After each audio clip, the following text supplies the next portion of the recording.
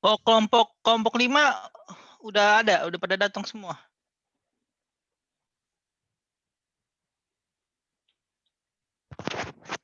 Halo?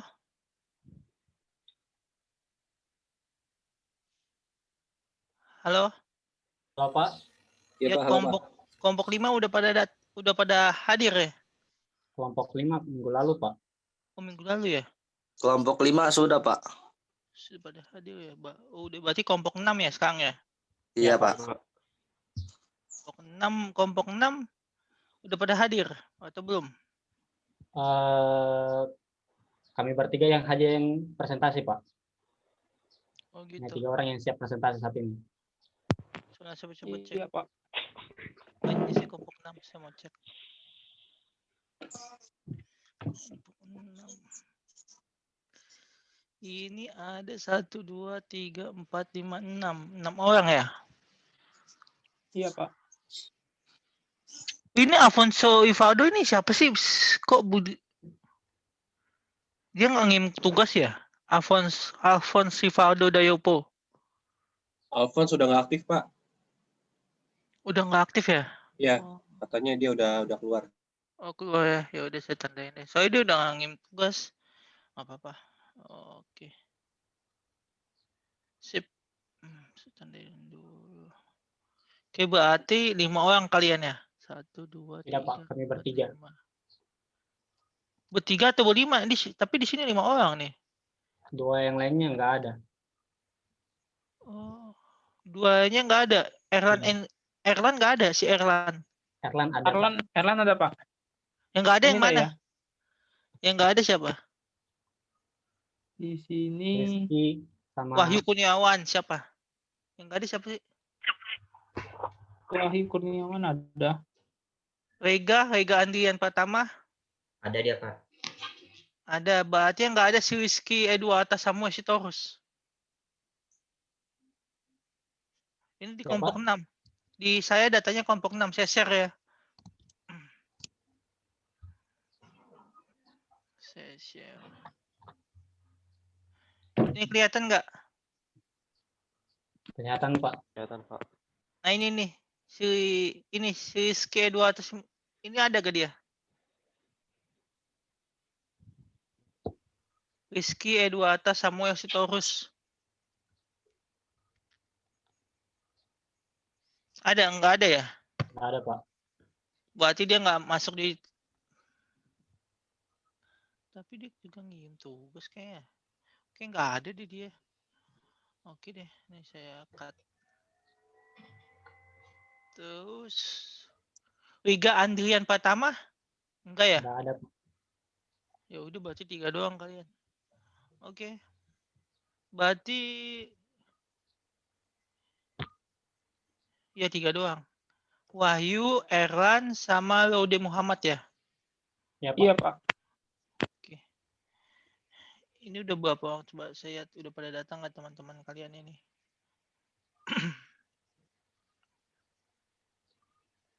26. Ya udah. Oke. Saya buka perkuliahan minggu ini. Sebelumnya mari kita berdoa dulu lah untuk memulai perkuliahan ini. Di kemarin-kemarin kita nggak mulai dengan doa. Ya udah, mari kita berdoa menurut kepercayaan kita masing-masing. Berdoa dimulai. Ya, berdoa selesai. Untuk bab ini tentang perangkat lunak kalau saya tidak salah ya. Iya Pak. Iya, Pak.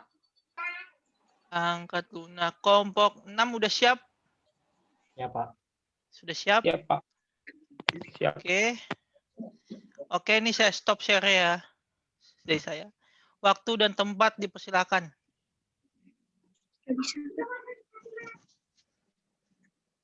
Baik, Assalamualaikum warahmatullahi wabarakatuh. Waalaikumsalam warahmatullahi wabarakatuh. Waalaikumsalam. Akan kami dari kelompok 6 ingin mempresentasikan materi kami. Sebelumnya itu kami ingin memperkenalkan rekan-rekan yang telah membuat tugas ini. Yang pertama saya sendiri Laude Muhammad Osama Abdillah bersama Wahyu Kurniawan Gultom dan Erlan Inkriwang. Yang kiri uang. Baik, yang pertama, apa itu teknologi perangkat lunak? Yang kita ketahui sendiri pada dasarnya, teknologi perangkat lunak atau software merupakan program komputer yang berguna untuk menjalankan suatu pekerjaan sesuai dengan yang dikehendakinya. Program tersebut ditulis dengan bahasa khusus yang dimengerti oleh komputer. Dalam software atau perangkat lunak terbagi atas dua. Yang pertama, perangkat lunak sistem, yakni perangkat lunak yang memanage antara software, antara hardware di tiap komputer. Lalu perangkat lunak aplikasi. Perangkat lunak aplikasi itu adalah program yang memiliki aktivasi yang dipakai aktivasi setiap penggunanya atau seorang pemakainya dengan tujuan tertentu. Perbedaan antara sistem operasi dan sistem software dan aplikasi software itu bermacam-macam. Berdasarkan personalnya atau penggunanya itu sistem personal komputer dan workstation pada sistem komputer, pada sistem software. Lalu pada aplikasi software, dia itu menggunakan word processing, spreadsheet, basis data dan grafik. Pada sistem operasi personal komputer dan workstation itu berupa tentang OS atau komputer yang kita pakai saat ini, berupa Windows atau Mac OS dan semacamnya. Sedangkan word processing lebih mirip seperti aplikasi-aplikasi yang ada pada komputer kita, seperti Word dan semacamnya. Untuk work group, sistem operasi jaringan atau NOS, lebih sering kita dengar dengan kata LAN kayaknya. LAN, WAN, dan itu LAN WAN. Itu berupa penghubung atau tempat kerjanya antar komputer. Sedangkan workgroup aplikasi software itu seperti email, electronic mail, grup penjadwalan berbagai pekerjaan. Enterprise atau kata lainnya adalah sebuah perusahaan. Kalau sistem software itu seperti operasi mid-range komputer dan mainframe, dia itu dapat berupa seperti ibu dari komputer itu sendiri. Sedangkan general ledger, order entry, payroll, dan SDM itu adalah pembuat aplikasi yang kita pakai saat ini. Selanjutnya saya serahkan kepada Saudara Wahyu Kurniawan Gultom.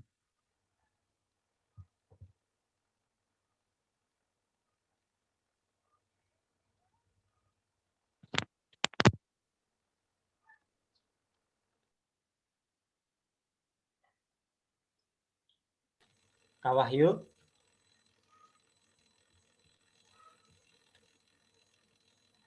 Iya. Baik, saya akan menjelaskan sedikit tentang perangkat lunak sistem. Perangkat lunak sistem melaksanakan tugas-tugas dasar tertentu yang diperlukan semua pengguna untuk komputer. Ada 3 jenis dasar perangkat lunak sistem, yaitu sistem operasi atau operating system, 2 program utilitas, 3 penerjemah bahasa komputer atau language translator. Selanjutnya, sistem operasi. Sistem operasi atau operation system adalah software yang berfungsi untuk mengaktifkan seluruh perangkat yang terpasang pada komputer sehingga masing-masingnya dapat saling berkomunikasi. Contoh sistem operasi adalah DOS, Unix, Linux, OS, dan lain-lain.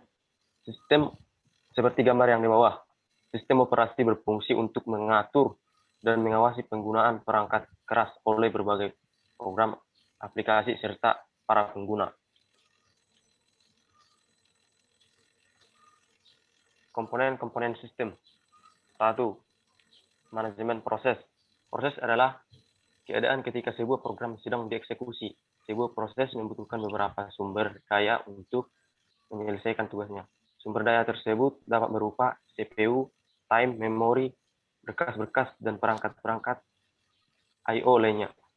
2. Manajemen memori utama. Memori utama atau lebih dikenal sebagai memori adalah sebuah array yang besar dari word atau byte yang ukurannya mencapai ratusan atau ribuan atau bahkan jutaan. Setiap core atau byte mempunyai alamat tersendiri. 3. Manajemen memori sekunder. Data yang disimpan dalam memori utama bersifat sementara dan jumlahnya sangat kecil. 4. Manajemen sistem atau I/O. Sering disebut device manager, menyediakan device driver yang umum sehingga operasi dapat seragam atau membuka, membaca, menulis, dan menutup. Manajemen berkas atau file. Berkas adalah kumpulan informasi yang berhubungan sesuai dengan tujuan pembuat berkas tersebut.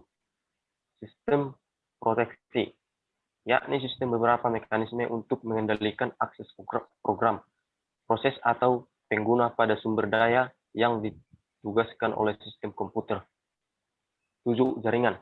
Sistem terdistribusi mengumpulkan prosesor-prosesor yang tidak berbagi memori, perangkat, peripheral atau clock.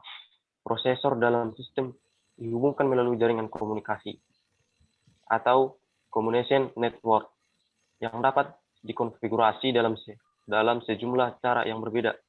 Perancangan jaringan komunikasi harus mempertimbangkan message routing dan connection strategis dan masalah keamanan.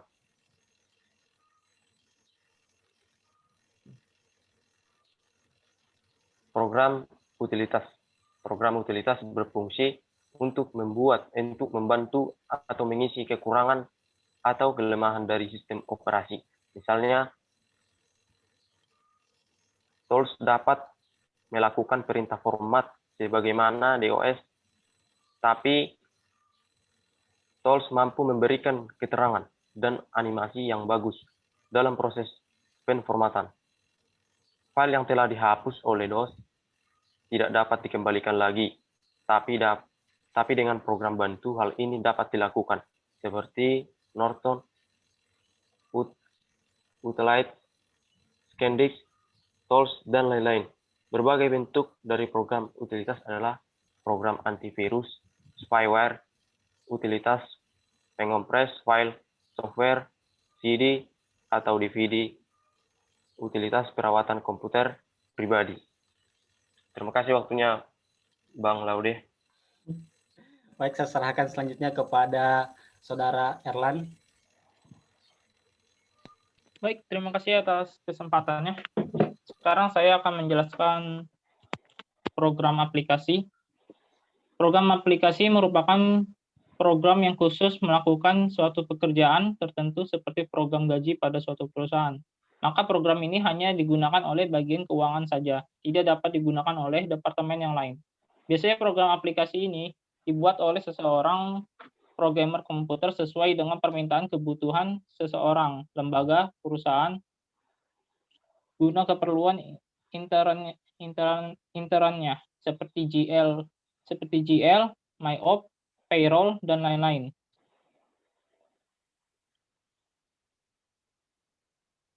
Program paket. Program paket adalah program yang disusun sedemikian rupa sehingga dapat digunakan oleh banyak orang dengan berbagai kepentingannya, seperti Microsoft Word. Dapat digunakan oleh Departemen Keuangan untuk membuat nota atau bagian administrasi untuk membuat surat penawaran, dan lain sebagainya. Contoh dari program paket adalah MS Word, Excel, Lotus 125, dan lain-lain. Selanjutnya, bahasa pemrograman. Merupakan software yang khusus digunakan untuk membuat program komputer. Apakah itu sistem operasi, program paket, dan lain-lainnya. Bahasa pemrograman merupakan programmer untuk pengembangan serangkaian perintah yang membentuk program komputer. Banyak bahasa pemrograman yang berbeda telah dikembangkan, dengan masing-masing memiliki kosakata, tata bahasa, dan penggunaan yang berbeda-beda. Selanjutnya generasi-generasi dari bahasa pemrograman. Ada 6. Yaitu yang pertama,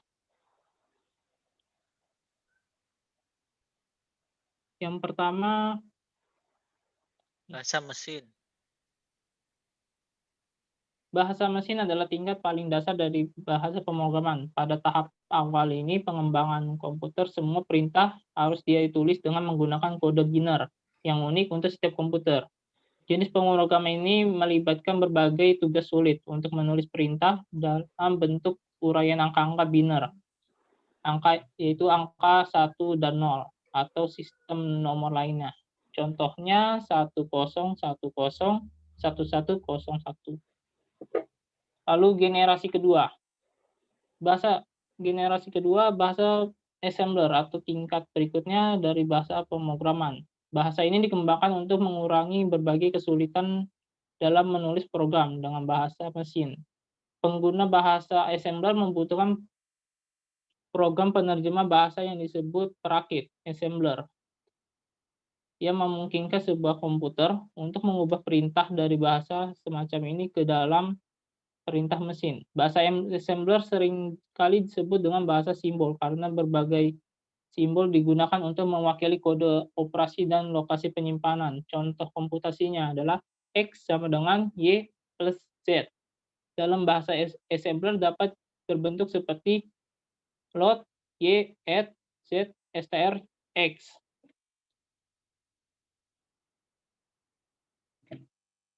Lalu generasi ketiga. Bahasa tingkat tinggi menggunakan berbagai perintah yang disebut sebagai penyataan, yaitu menggunakan berbagai penyataan tingkat singkat atau istilah aritmatika. Pernyataan individual bahasa tingkat tinggi sebenarnya merupakan perintah makro atau macro instruction, yaitu setiap pernyataan menghasilkan beberapa perintah mesin yang kemudian diterjemahkan ke dalam bahasa mesin dan penerjemah interpreter. Pernyataan bahasa tingkat tinggi mirip dengan frase atau istilah matematis yang dibutuhkan untuk menulis masalah atau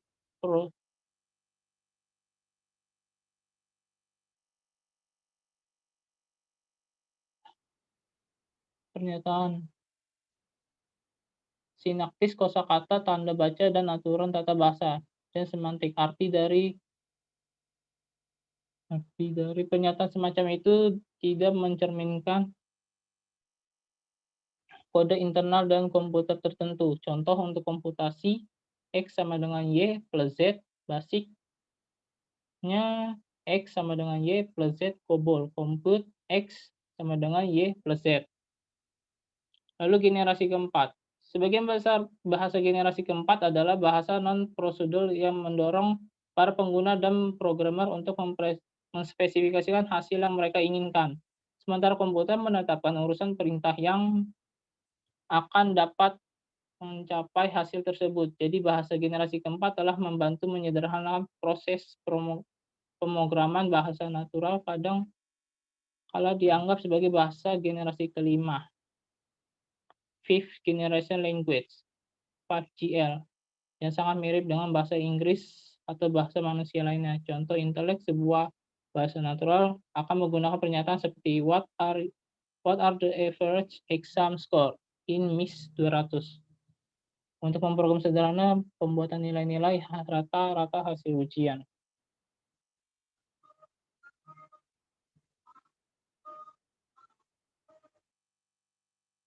Lalu selanjutnya bahasa berorientasi, OJB. Bahasa berorientasi pada objek oriented programming, OOP, seperti Visual Basic, Borland, DLP, C++, dan juga Java dianggap sebagai bahasa generasi kelima dan telah menjadi alat yang paling umum untuk mengembangkan software. Singkatnya, sementara kebanyakan bahasa pemrograman memisahkan berbagai elemen data dari prosedur atau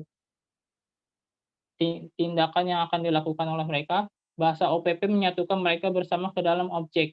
Jadi sebagai objek terdiri dari data dan tindakan yang dapat dilakukan atas dasar tersebut. Contohnya, sebuah objek dapat berupa serangkaian data mengenai rekening, tabungan, nasabah bank, dan berbagai operasi seperti penghitungan bunga dan mungkin dilakukan oleh atas data tersebut. Atau sebuah objek dapat berupa data dalam bentuk grafis seperti tampilan video, ditambah dengan tampilan berbagai tindakan yang dapat digunakan atas data tersebut. Lalu yang terakhir, bahasa web. Bahasa pemrograman yang dapat digunakan untuk membangun halaman web HTML, Java, dan XML adalah 3 bahasa pemrograman yang merupakan alat penting untuk membangun halaman web, situs web, aplikasi berbasis web, dan multimedia. Java dan XML telah menjadi komponen strategis dari teknologi software dan mendukung banyak usaha layanan web dalam bisnis. Contoh-contohnya ada HTML, Java, dan XML. Lalu sekian dari saya, kembali ke Laude Osama.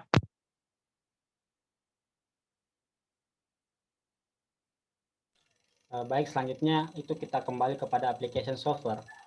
Application software adalah program yang dirancang untuk membangun pengguna lebih produktif. Biasanya yang dipakai itu adalah word processing, spreadsheet, dan lain-lain. Program aplikasi khusus biasanya menyelesaikan tugas pemrosesan informasi yang mendukung fungsi atau proses bisnis tertentu. Lalu selanjutnya itu adalah software aplikasi bisnis. Software ini membantu orang-orang lebih efisien dan efektif. Contohnya, software aplikasi mendukung perekyasan ulang dan otomatis pada proses bisnis dengan aplikasi e-business strategis seperti manajemen hubungan pelanggan, enterprise resource planning, dan manajemen rantai pemasokan. Contoh lainnya adalah seperti electronic commerce atau dalam berbagai area fungsional seperti manajemen sumber daya manusia, akuntansi, dan keuangan. Masih ada software lainnya yang memperdaya para manajer dan praktis bisnis dalam mendukungnya. Keputusan seperti penambangan data, portal informasi perusahaan, atau sistem manajemen pengetahuan. Sekian dari presentasi kami. Kita lanjut ke sesi selanjutnya, yaitu sesi tanya jawab. Apakah ada pertanyaan dari teman-teman sekalian?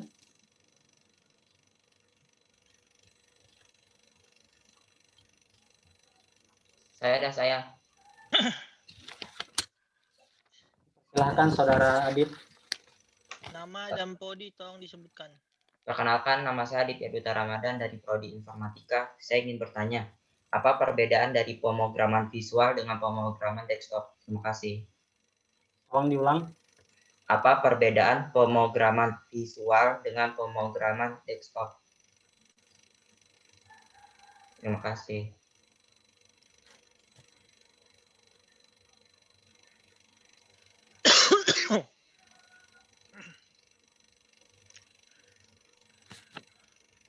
Aditya apa tadi? Aditya Duta Ramadan, Pak. Prodi dari Informatika. Oh, informatika, sekian sistem informasi. Sebentar. Oh iya ada. Oke. Ayo, kelompok 6.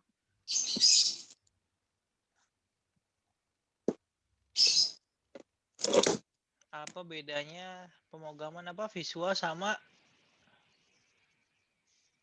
Pemrograman desktop, Pak. desktop? Nah, ayo.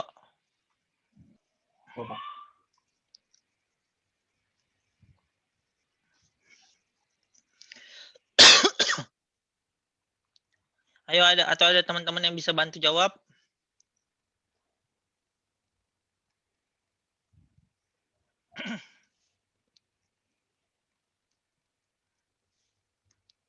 Hubungan desktop dan visual.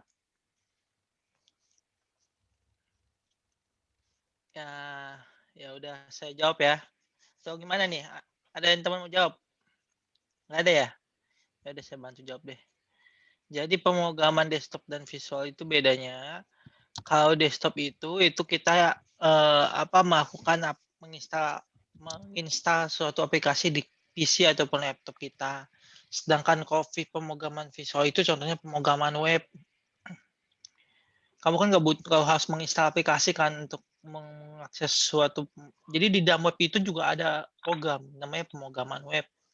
Itu salah satu pemrograman visual. Kenapa dibilang visual ya? Karena kita tidak melakukan instalasi di komputer kita, tapi kita cukup mengakses web itu, kita bisa jual beli di situ. Itu pemrograman web. Kita bisa jual, kita bisa beli. Contoh Instagram juga termasuk pemrograman web. Facebook juga pemrograman web. Jadi tidak ada dilakukan instalasi di PC ataupun di laptop. Gitu. Itu perbedaan yang paling signifikan. Makanya kenapa disebut pemrograman visual. Karena kita secara web itu kan visual. Oke, sebentar. Ya, silakan bertanya lagi. Saya Pak mau nanya. Makasih Pak. Saya Muhammad Ryan Zulfikar dari Prodi Sistem Informasi. Ya. Saya mau nanya perbedaan perangkat lunak sistem dan perangkat lunak aplikasi itu apa ya Pak perbedaannya? Ya, ada yang bisa bantu jawab? Saya mau bantu jawab, Pak. Oke, silakan. Saya tinggal dulu sebentar ya, saya mau ke toilet. Iya Pak. Ya, jawab aja. Namanya siapa tadi? Iya, Pak. Namanya siapa? Muhammad Rayhan Zulfikar Pak, Muhammad Rehan Jufika dari Prodi Sistem Informasi.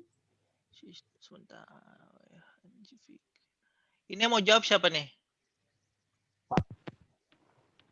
Yang mau jawab tadi dari kelompok 6 siapa tadi? Namanya yang mau jawab? Saya Pak Wahyu. Wahyu. Oke, sebentar saya tandain dulu nih. Wahyu Gutom ya? Iya, Pak. Oke, udah. Silakan Langsung, Wahyu. Dijawab ya, Pak. Iya, langsung jawab. Tadi pertanyaannya perbedaannya ya, Bang ya? Ya, perbedaan. Perangkat lunak sistem adalah perangkat yang digunakan untuk mengoperasikan dan komunikasi dengan perangkat keras komputer. Ini menyediakan platform untuk menjelaskan perangkat-perangkat lunak aplikasi. Sedangkan perangkat lunak aplikasi, perangkat lunak tujuan khusus yang digunakan untuk pengguna untuk melakukan tugas tertentu. Oke, seperti itu, Bang. Oke. Thank you. Oke, sama-sama, Bang.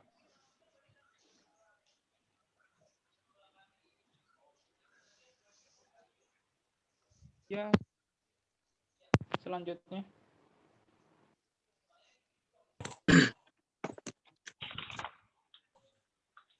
Boy, bro. Oke, Bang. Ya. Apa itu? Tunggu. Ya, halo. Gimana, Halo, Pak. udah? Ya, Pak. Tadi udah dijawab pertanyaan atau belum? Udah, Pak. Jawab? Sudah Pak. Udah ya? Oke. Terus ada lagi mau bertanya? Saya, Pak. Siapa itu? Grasber nomor Pak dari informatika. Ya, silakan.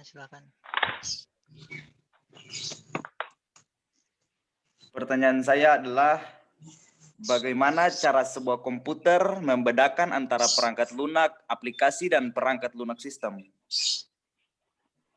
Buah komputer. Iya. Saya bantu jawab, Pak. Sebentar saya catat dulu si Gasbook. Sebentar ya.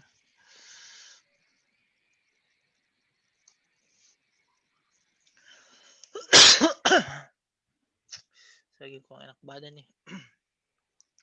Oke, siapa yang mau jawab? Saya Pak Wahyu.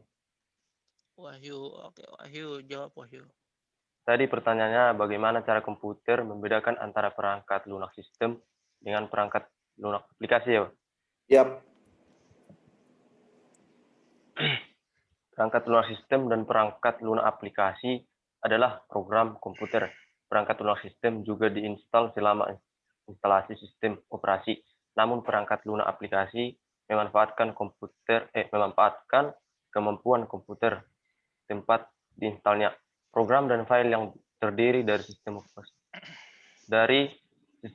disebut perangkat lunak sistem. Seperti itu jawabannya, Bang.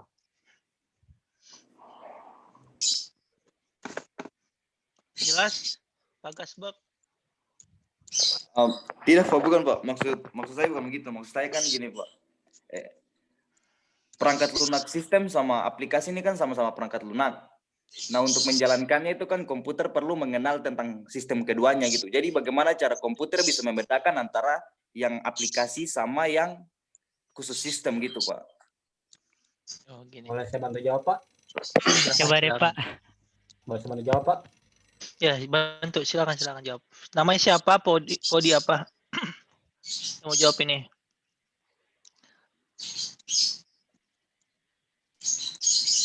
Ini siapa yang tadi mau jawab? Bantu jawab. Coba saya deh, Pak. Ya, siapa namanya? Saya, Ya, Pak. saya. Informatik. Aduh. Siapa ini muncul? Ini Tadi Saya, Laude, Pak, ada sama, Pak. Lode. Ya udah Lode. Lode dulu aja, Pak. Dia kan kelompok yang harus bisa menjawab ini. Ayo Lode jawab. Jadi itu untuk membedakannya kan kita harus mengetahui sistem yang kita pakai di laptop kita. Misalkan kita pakai Windows. Untuk membedakannya itu kalau membedakan aplikasi sistem. Dia itu untuk menjalankan aplikasinya. Kalau misalnya kita mau pakai Touchpad itu butuh sistem dari laptopnya kita sendiri. Bawaannya gitu. Kalau yang aplikasi itu seperti yang kita install, nggak bisa dipakai kalau nggak punya sistemnya gitu. Iya, betul. Udah jelas Bu, Pak Gasbok? Oke, iya Pak, sudah Pak. Jadi betul itu yang dibilang sama Pak Laude. Jadi untuk membedakan apa ya bedanya sistem aplikasi sama aplikasi itu sendiri. Jadi kita bicarakan sistem berarti ada operating system. Ya, operating system itu apa? Jadi operating system itu adalah sebuah perangkat lunak yang menjabatani antara hardware dengan aplikasi. Ya. Jadi itu operating system. Dan disebut juga dengan sistem aplikasi. Karena meskipun dia sistem operasi, tapi dia berupa aplikasi. Nah, apa bedanya dengan aplikasi? Ya, aplikasi tidak dapat berdiri sendiri jika tidak ada sistem operasi maupun hardware.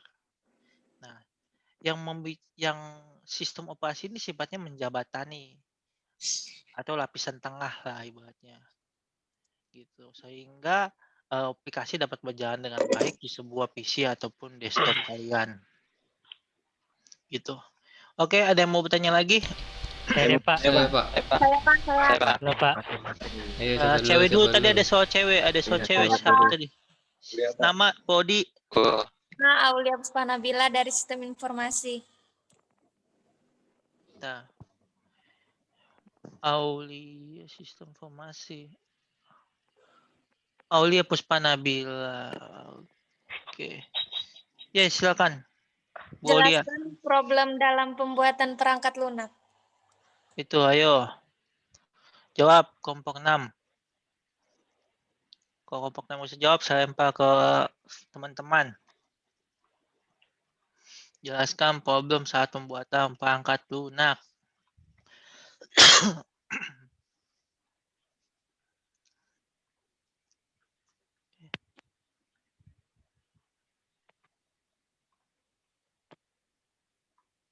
Halo, kelompok 6 itu masih di-share aja presentasi kalian. Halo? Halo? Bang Laude. Itu masih di-share ya presentasi kalian. Biar teman-teman kan masih tanya jawab kan berdasarkan presentasi yang kalian buat. Pak, kata Laude jaringan, Pak. Jaringannya, Pak. Oh, jaringan. Atau teman udah ya. Oh ya. Tadi ada yang mau jawab pertanyaan dari Ibu Saya, Pak. Aulia. Ya, silakan. Saya Erlani Kiriwang dari Informatika. Proses problemnya itu pertama seorang programmer itu harus bikin konsep dasarnya dulu, konsep untuk membuat softwarenya. Kedua itu melakukan pemrogramannya menggunakan bahasa pemrograman seperti yang tadi dijelasin, ada yang 1 sampai 6 generasi. Yang kedua, apakah nanti softwarenya itu berguna atau tidak, itu tergantung hasil akhirnya. Gimana Bu Fitri? Bu Aulia. Ibu Aulia.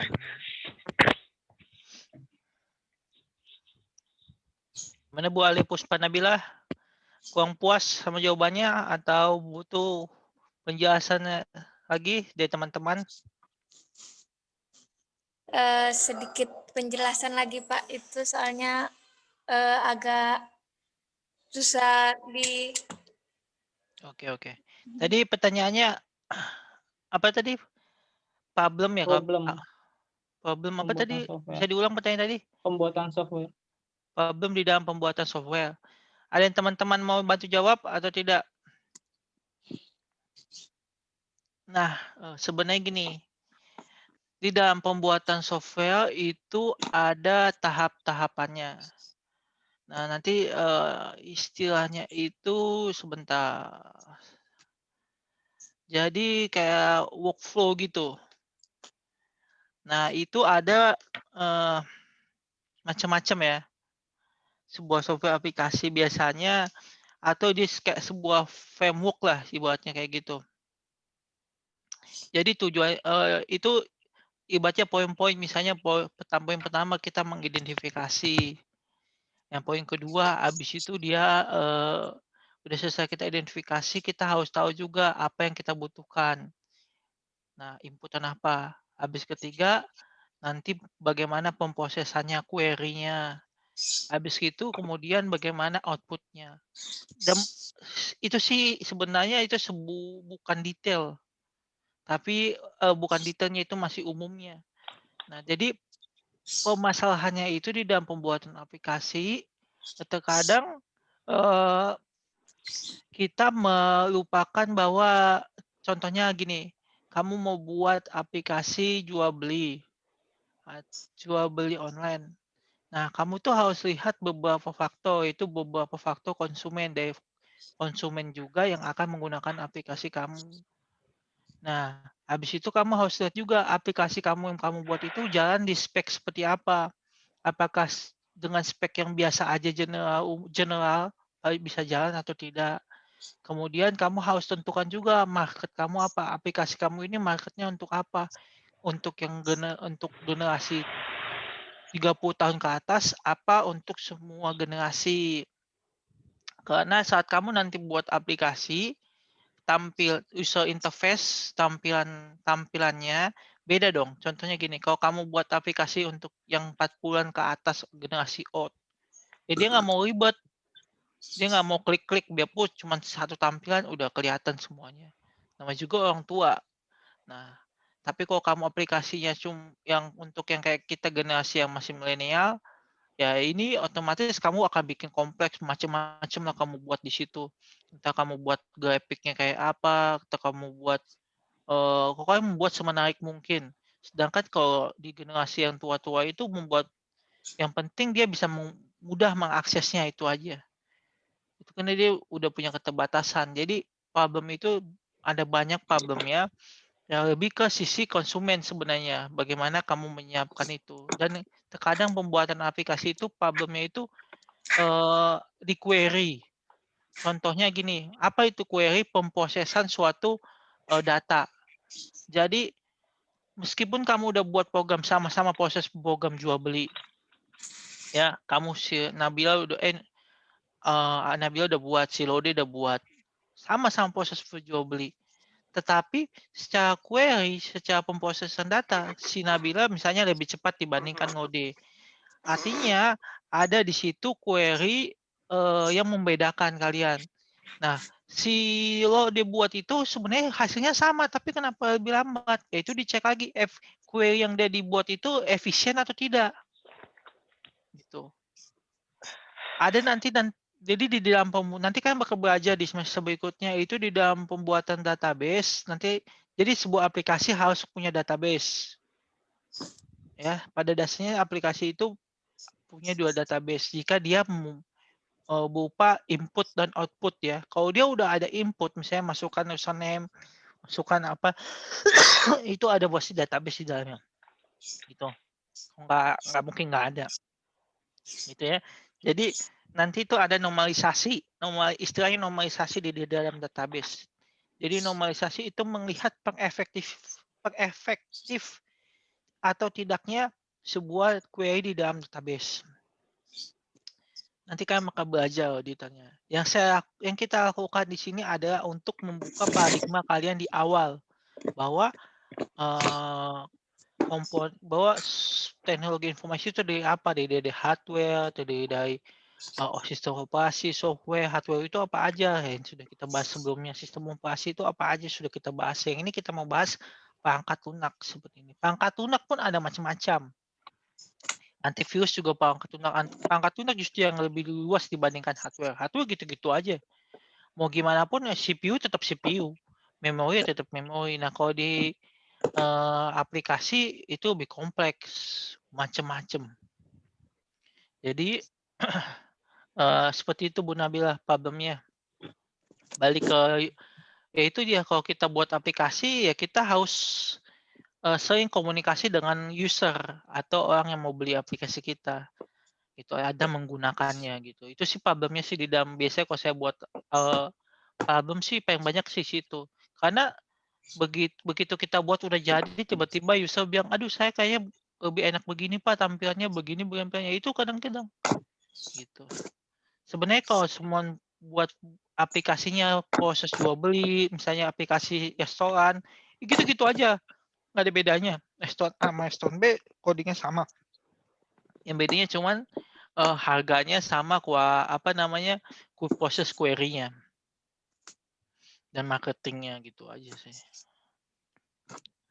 Oke, ada yang mau lagi bertanya? Saya Pak. Saya Pak. Ya si Ahmad baru silakan. Baik Pak. Saya ingin bertanya, dalam bahasa web itu kan terdiri dari HTML, Tunggu dulu Ahmad, kamu prodinya apa? Prodi Java, sama XML.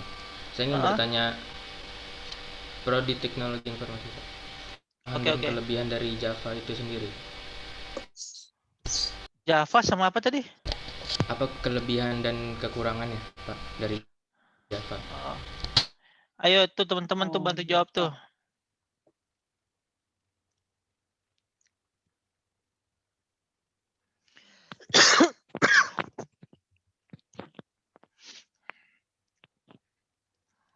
Ayo kelompok 6.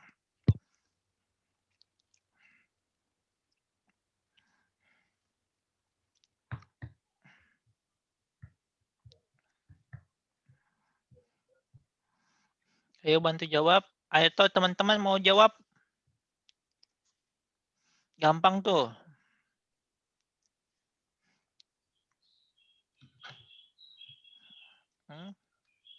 Atau saya tunjuk ya. Saya tunjuk. Yang saya tunjuk ini. Ini cewek aja yang jawab ya. Wulandari.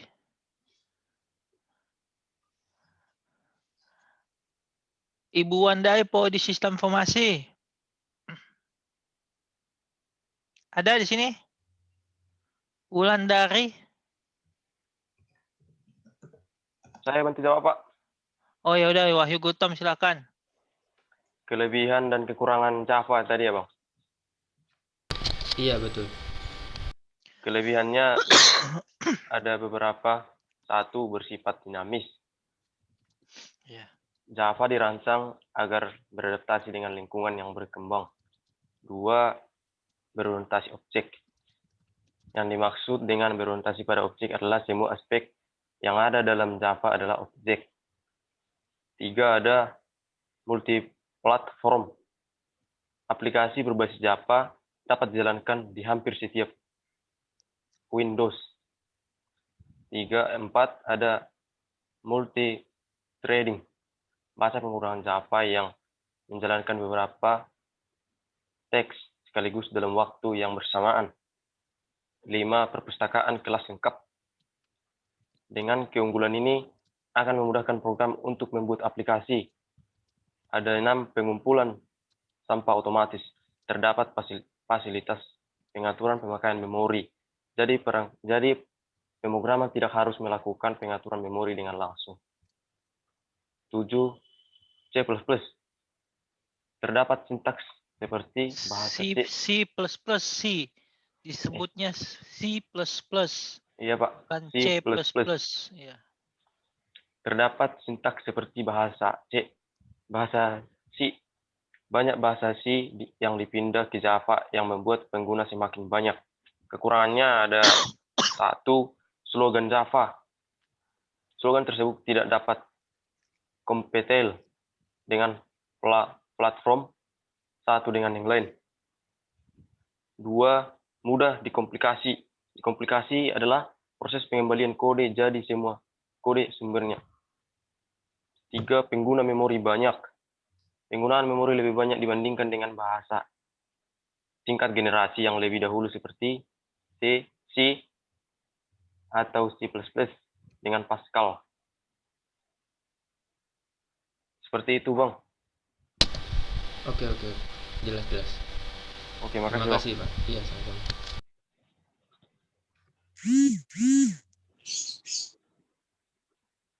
Ya, ada yang mau ditanyakan lagi? Saya, Bang, mau tanya, Pak. Saya. Ronaldo. Dulu. Yang Saya jangan Ronaldo ngomong Immanuel. Ronaldo. Dari Teknologi Informasi. TI, Teknologi Informasi. Kan bener kan, dia jangan ngomong nih. Ronaldo Immanuel ya. Oke, silakan Pak. Kenapa sistem operasi memerlukan program utilitas dan berikan contoh-contoh program utilitas yang umum dipakai? Terima kasih. Ya, itu gampang Iya, banget tuh. Pak. Ayo, jawab. Suaranya, Pak. Boleh diulang pertanyaannya? Kenapa sistem operasi memerlukan program utilitas dan berikan contoh program utilitas yang umum dipakai? Oh ya. Kenapa dibutuhkan utilitas? Karena untuk melengkapi apa yang tidak bisa dikerjakan oleh aplikasi tersebut. Lalu contoh-contohnya misalnya kayak ada utilitas pengkompres file. Itu untuk mengkompres file jadi file-file tertentu jadi mengecil ukurannya, tapi kualitas tetap sama. Lalu untuk C deburning, itu untuk memindahkan data lalu diburning ke dalam CD atau DVD. Lalu ada antivirus untuk mengamankan file-file di komputer. Ya. Gimana, Pak?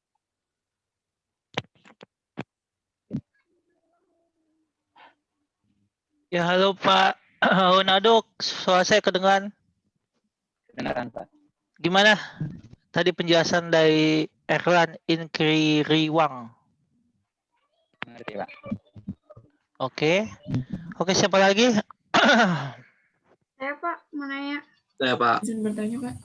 Tuh, ceweknya ada 2 lagi nih. Yang siapa nih yang belum pernah nanya? Siapa yang belum pernah nanya? Dia duluan. Ya udah, yang Bu Firly deh. Bu Firly udah sering tapi nggak apa-apa. Silakan. Saya pengen bertanya, bentuk-bentuk dari program utilitas itu kan ada spyware. Yang dimaksud dengan spyware itu apa sih?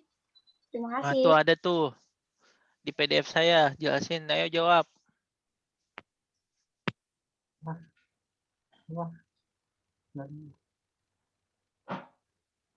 Ayo.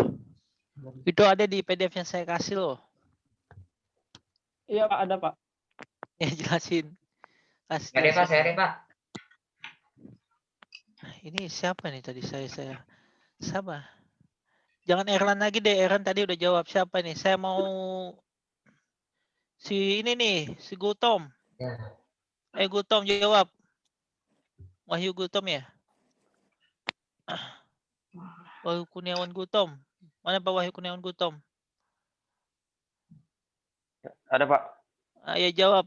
Apa itu spyware? Iya, Pak. Spyware adalah sebuah software atau perangkat lunak yang bertugas memata-matai aktivitas pengguna internet, hampir sama seperti spy, mata-mata pada umumnya. Seperti itu, Mbak. Oke. Pak, tapi kurang jelas, boleh nanya lagi nggak? Ya silakan, tanya aja, nggak apa-apa. spyware itu kan tadi untuk memata-matai, di dalam setiap PC itu berbeda-beda atau cara kerjanya sama aja? Atau ada perbedaannya di setiap PC? Ayo, siapa tuh? Oke, ya udah ya, saya jangan bantu jawab ya.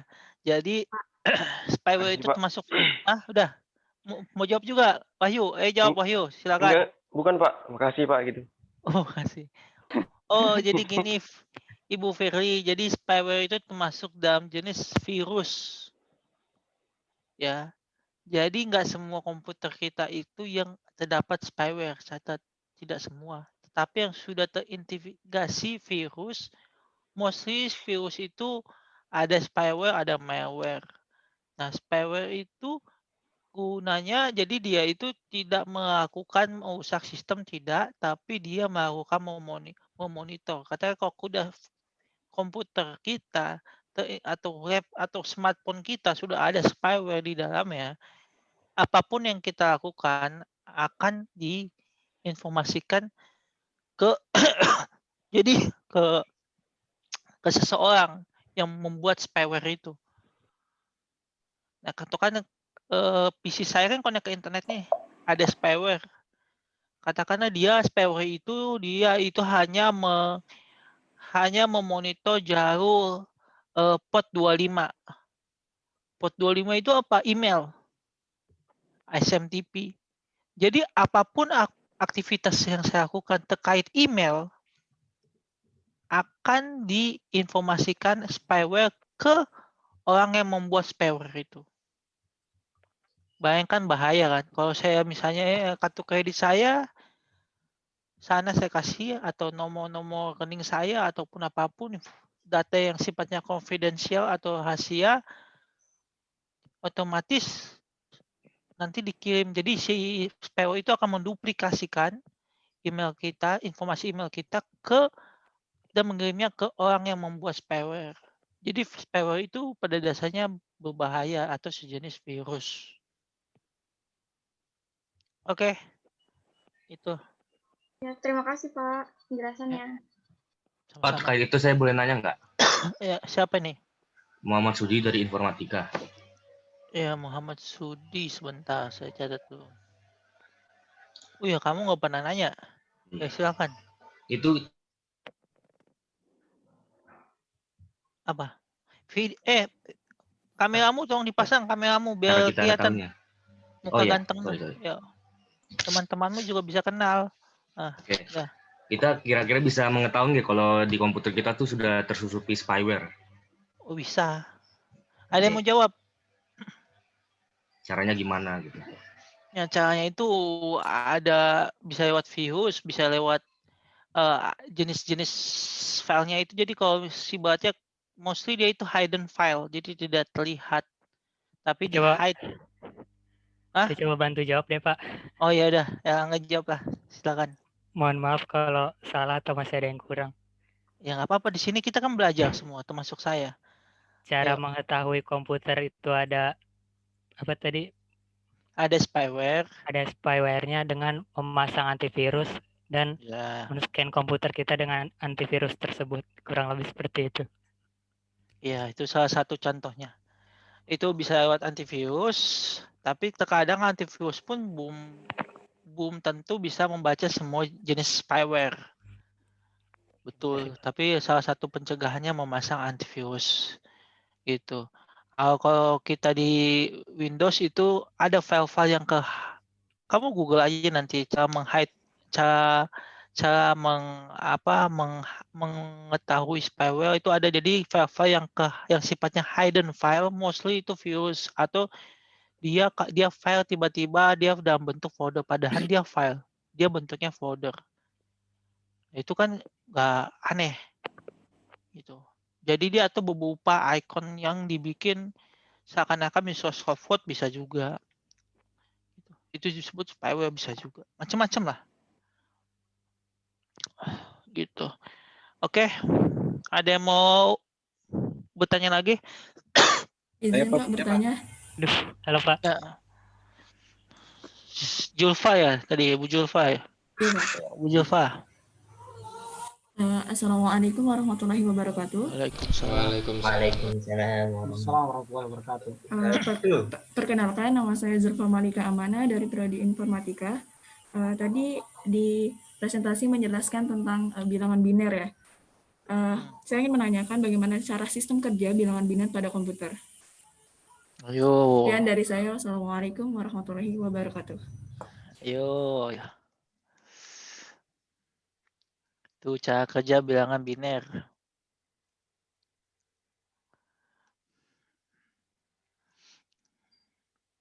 Kalian pernah belajar ini gak sih? Kalkulus? Belum. Pak. Belum, Pak. Belum ya? Belum, Pak. Oh, belum ya. Saya belum mendengar kata-kata itu. Semester 4 itu. Semester 4 ya. Kalau belum, nantilah mungkin belajar. Yaitu, ayo ada yang mau bantu jawab dulu gak? Masa saya jawab? Kalau kalian cepat tahu ada yang bisa bantu jawab nggak apa-apa kan? Saya juga bingung. Tadi maksudnya bilangan biner di diproses gitu. Zulfa. Iya, Siapa? pemrosesan dalam komputer.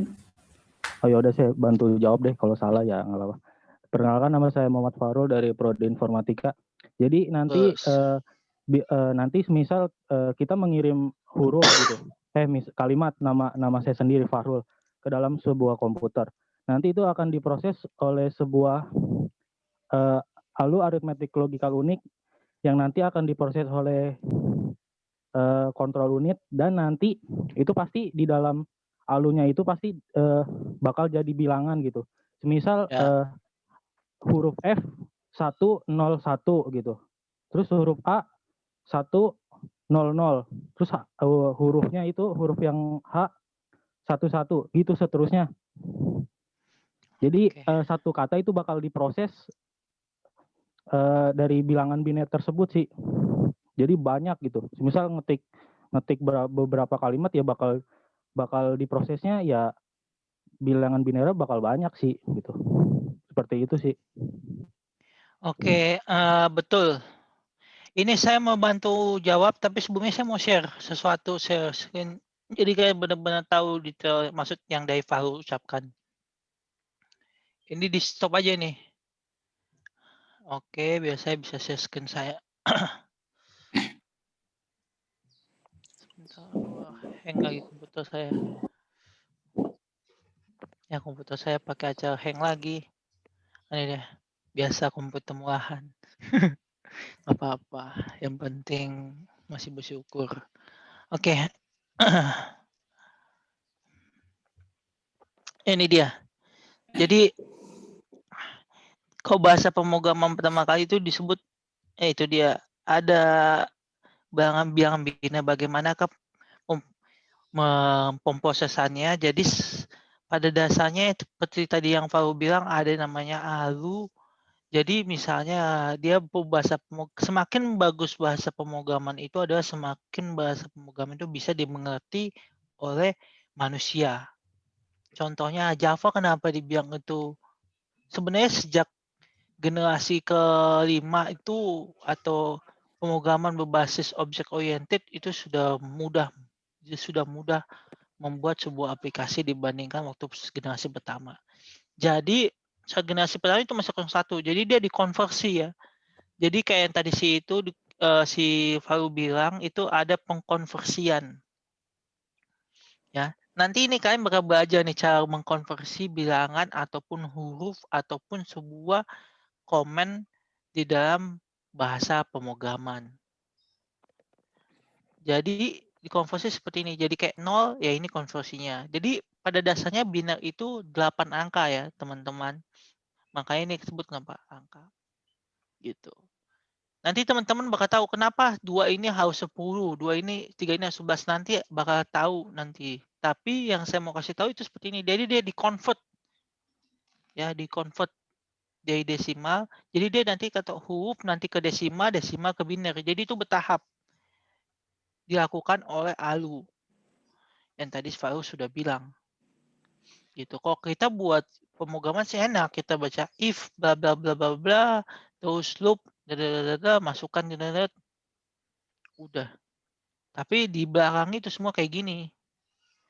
Kok pernah kalian nonton film kan, The Matrix kan, kadang-kadang kan susut padahal ya itu dia nggak segampang itu buat pemrograman atau nge-hacking itu nggak. Ibaratnya hack aja semua butuh tools. Mereka pakai tools itu. Tools untuk hack. Nantilah kalian boleh bisa belajar sendiri lah kalau yang kayak gitu-gitu. Jadi gitu ya Bu. Siapa tadi namanya? Saya lupa lagi. Zulfa, Pak. Zulfa. Oke. Oke. Ya. Ada yang mau bertanya lagi? Halo Pak. Ya. Iya.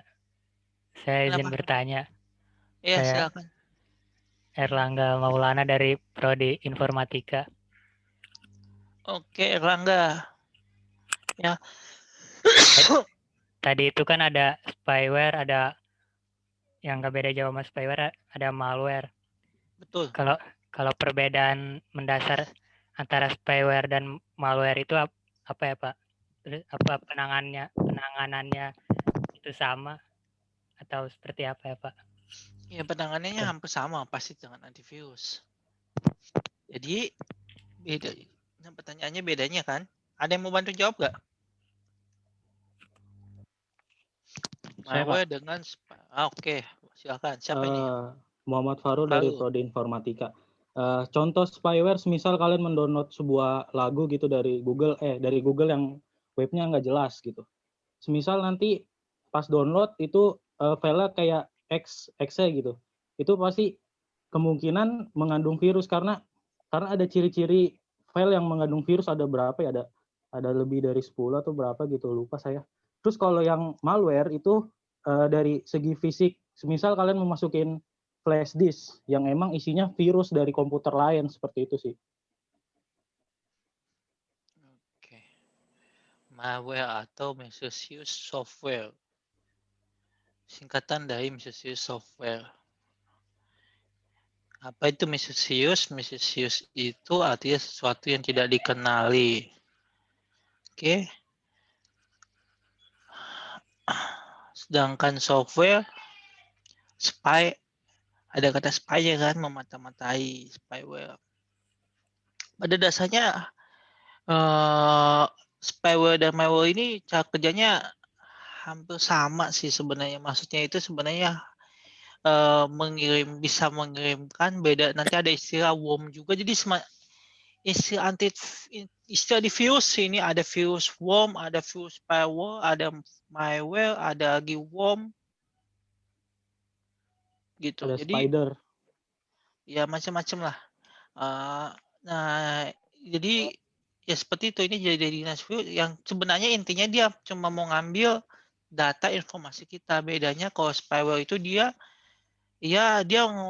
memonitoring spy kayak spy mata-mata. Sedangkan kalau malware dia bisa bukan hanya untuk mengirim, dia bisa juga jadi spyware, dia bisa ngirim data kita ke sana atau dia pengen inject dan membuat komputer kita rusak. Itu malware. Jadi ada software lebih jahat lagi dibandingkan spyware. Kalau spyware, dia itu nggak ada intinya, dia tidak akan merusak sistem komputer kita. Spyware cuman mengambil data, tapi sistem kita masih running normal. Tapi kalau malware, dia bisa merusak sistem kita. Misalnya katakan tiba-tiba komputer kamu hang. Jadi dia C-nya dipenuhin sama dia. Dia buat file begitu banyak. Bisa. Ataupun C-nya dibuat korup. Kalau kamu Windows, kan Microsoft C kan tahu lah. C-nya korup, otomatis tidak running Windows-nya. Itu lebih jahat lagi, malware. Tapi malware juga bisa bertindak seperti spyware. Gitu. Tapi kalau udah bilang spyware di otak orang virus, kalau dibilang itu malware, wah itu lebih jahat karena dia bukan hanya untuk memata-matai atau mengambil informasi kita, tapi dia ingin merusak sistem komputer kita. Itu malware. Nah, kalau worm ada lagi nanti istilahnya macam-macam lah. Kalian bisa cari tahu sendiri lah. Ya, worm ya. Ya, hampir sama juga kayak malware. Gitu. Jadi dia mau lipat gandakan. Itulah pokoknya ada macam-macamnya lah. Oke, ada yang mau bertanya lagi? Oke deh, kasih Pak. Makasih. Saya Pak. Muhammad Fahrul. Halo, saya mau bertanya. Ya. Itu kan spyware sama malware kan beda. Kan kalau yang spyware itu downloadnya dari internet, kalau yang malware dari fisik kayak flash disk. Nah, contoh yang misal flash disk kena virus kan pasti file itu kayak bahasa nggak pernah kita lihat gitu, kayak huruf simbol atau apapun itu. Nah, semisalnya kita hapus, bukan kita format, kita hapus aja semua datanya di delelet. Apakah virus itu bakal hilang di flash disk dan hilang juga di komputer karena sudah dimasukin. Dan yang spyware juga kan kita download file dari Google. Semisal udah masuk ke dokumen kita, semisal kita hapus, apakah komputer kita aman dari virus, Pak? Gitu aja sih. Oke, ada yang mau bantu jawab? Intinya kalau oke, tidak ada yang mau jawab ya, oke saya jawab. Nah, pertanyaannya kalau USB kita sudah diformat, kemudian apakah dia terindikasi masih ada malware di dalamnya? Ya, saya bisa jamin kalau dia sudah diformat, itu tidak mungkin ada virus ataupun virus apapun, baik itu malware. Tidak ada ketika flash disk kita sudah diformat. Pertanyaannya, waktu kamu format itu kan menggunakan komputer. Nah, apakah kamu sudah jamin komputer kamu sudah bebas dari virus ataupun dari malware? Itu kan belum tentu. Even saya pun, komputer saya pun yang saya pakai sekarang, saya tidak tahu apa ada malware atau ada worm atau ada virus di komputer saya. Saya itu belum tahu karena ada beberapa antivirus yang tidak bisa mengenali bahwa komputer ada virus tersebut di komputer saya. Itu loh. Jadi kalau pertanyaannya ibaratnya komputer kamu udah yakin komputer kamu punya bebas dari antivirus, dengan cara apa? Kamu install antivirus, katakanlah AVG, McAfee, macam-macam lah, Kaspersky, kamu install. Dan itu belum tentu bisa menjamin komputer kamu bebas dari virus. Hanya bisa ibaratnya kamu lebih waspada lah. Ibaratnya kamu sudah melakukan, ibaratnya kalau kamu punya rumah, kamu udah kamu kunci pintunya, terus kamu kasih pagar lagi, pagar pelapisnya, itu aja. Itu antivirus. Tapi tidak menjamin bahwa rumah kamu tidak bakal kemalingan. Gitu. Izin nanya lagi, Pak. Ini kan semisalnya emang komputer kita nge-lag gitu. Mungkin sebelumnya nggak nge-lag banget. Mungkin itu bisa indikasi sebagai virus. Mungkin cara satu-satunya misal virusnya parah banget gitu sampai komputer kita nggak bisa dibuka. Mungkin salah satu jalan itunya mungkin install ulang, Pak. Iya. Install ulang itu hampir sama seperti melakukan format. Jadi ketika kamu install ulang itu juga format namanya. Bedanya kalau di flash disk kamu memformat file system, ya. Sedangkan saat kamu install ulang, kamu bukan hanya memformat file systemnya, tapi melakukan instalasi ulang. Jadi dua kali gitu, beda. Jadi tapi definisinya sama, memformat. Itu betul juga yang Deva bilang. Oke, ada yang mau bertanya lagi?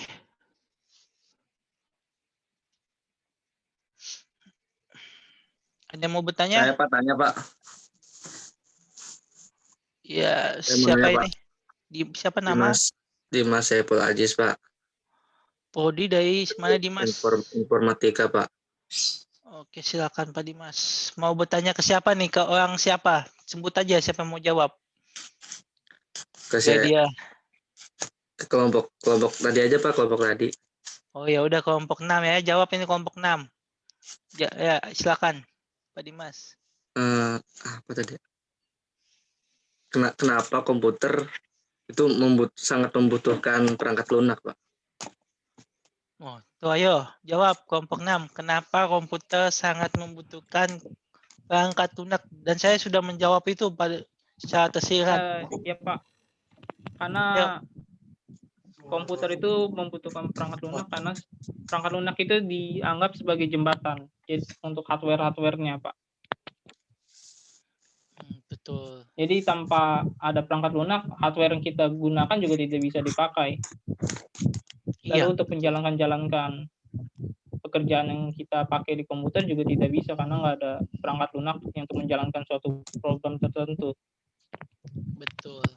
Jadi saya kasih contoh seperti ini Pak Dimas. Pak Dimas katakan Pak Dimas tahu lah robot ya.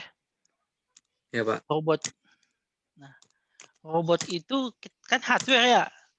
Pertama dia ada lempengan lah, lempengan besi apalah pokoknya kan ya. Tapi dia itu kalau kita nggak kasih katakanlah perangkat lunak software atau otaknya gitu, ya dia nggak bakal bisa berfungsi kan. Dia nggak bisa bergerak atau berfungsi sebagaimana kita buat dia. Jadi ya itu dia. Jadi perangkat lunak itu yang seperti tadi Pak di kelompok 6 bilang, si Aaron bilang bahwa memang betul itu hanya untuk menjembatani. Jadi ada lapisan disebut namanya, kalau di sistem operasi itu ada namanya lapisan kernel, lapisan yang paling tipis yang berbicara, bukan tipis ya bentuk ya, lapisan yang melakukan komunikasi ke perangkat hardware dengan menggunakan bahasa biner. Jadi mesin itu hanya mengenali satu pemrograman, yaitu pemrograman bahasa biner yang 10101010.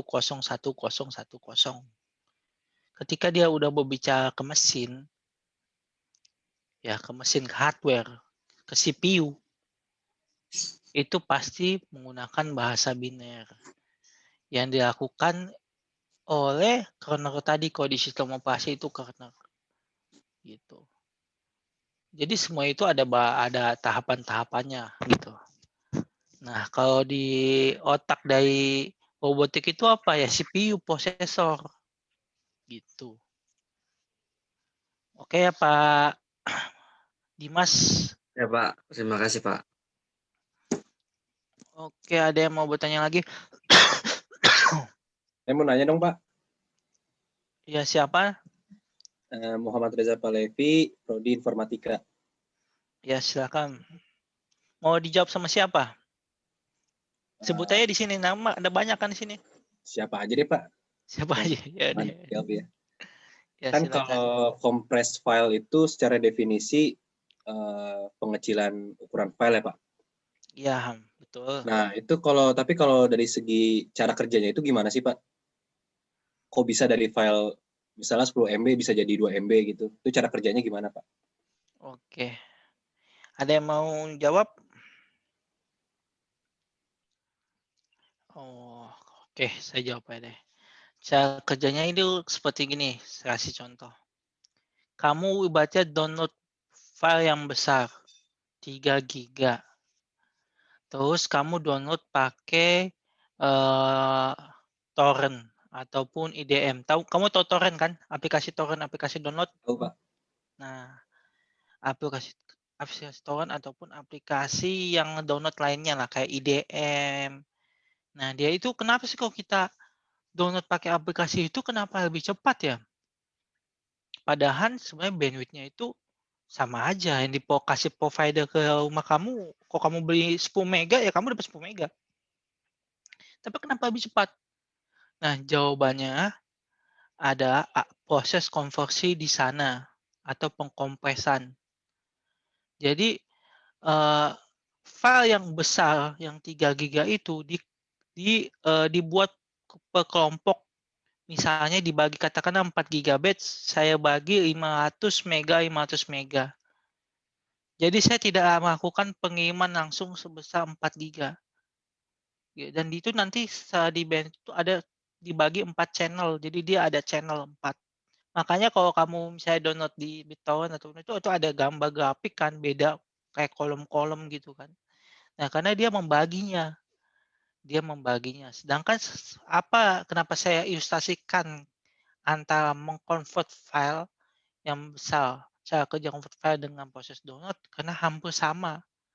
Dia membagi menjadi ukuran lebih kecil dan mengkonvertasinya ke suatu ke sesuatu, mengkonversinya ke biner, ke 00010, karena jauh lebih kecil otomatis ketika sebuah file dikonversi ke dalam sebuah file biner gitu.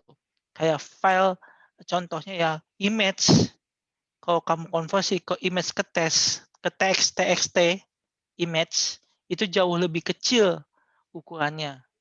Jadi di-convert dulu. Kenapa dia bisa lebih kecil? Karena dia di-convert ke dalam suatu ke txt, bisa ke txt, bisa ke biner yang 1010, otomatis dia lebih kecil. Gitu loh. Gitu Pak, siapa nih? Muhammad Reja Palevi. Oke, Pak, makasih Pak. Oke. Ayo siapa lagi mau bertanya? Saya Pak.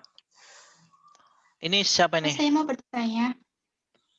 Ya, siapa Yang nama? mana, Pak? Saya juga bingung. Ya, Ibu Alma Lutfi dulu, nanti Ibu Nur ya, habis itu ya. Gimana, Pak? Ibu Alma Lutfi dulu ya. Oh, siapa ini? Oh, ya, Pak. Ibu Alma Lutfi dulu silakan. Bertanya nanti ya, Ibu satu lagi.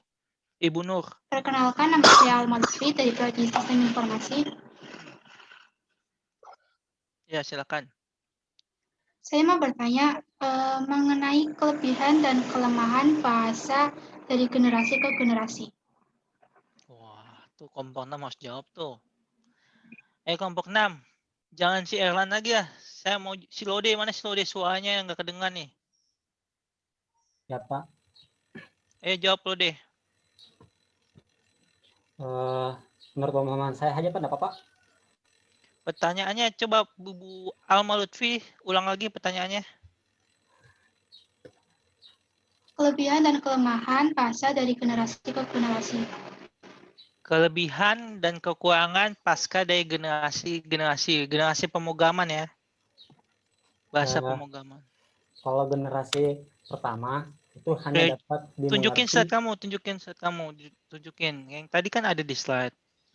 Ya Pak, tunggu Pak.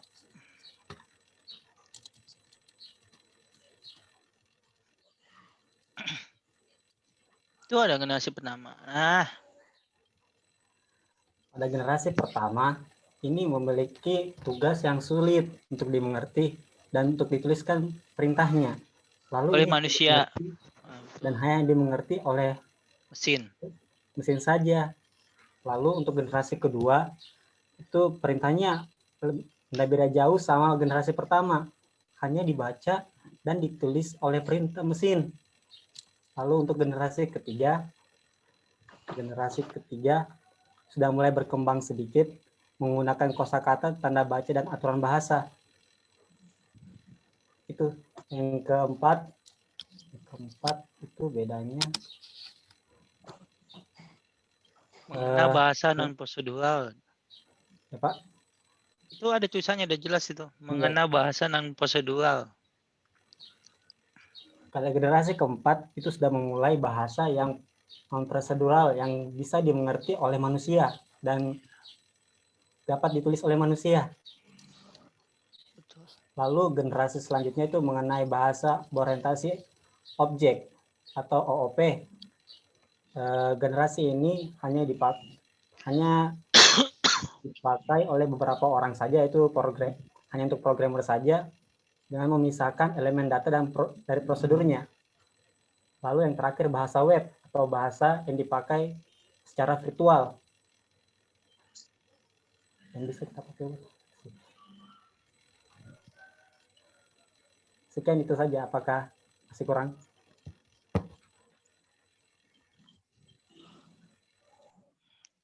Bagaimana Bu Alma Lutfi?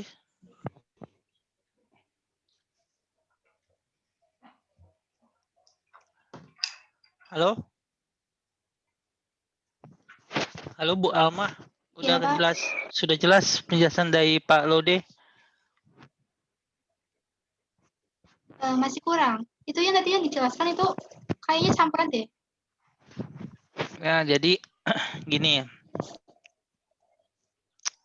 Ya, balik lagi ke yang nomor 1 Lode. Yang tadi bahasa pemrograman pertama. Ya. Jadi waktu pas generasi pertama ini bahasa pemrogramannya ini cuman yang contohnya ini 1010110.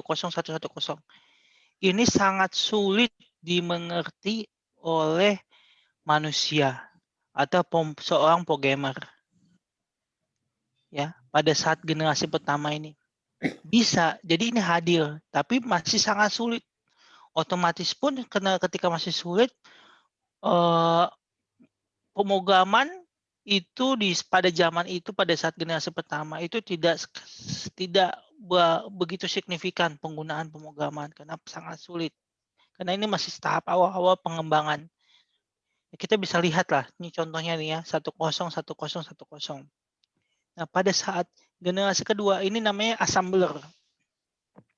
Ya, jadi bahasa assembler ini kalau dia itu satu level lebih mudah dibandingkan generasi pertama. Ini bahasa assembler ini masih pada dasarnya masih digunakan ya sampai sekarang, dan ini pun digunakannya itu sudah jarang sih.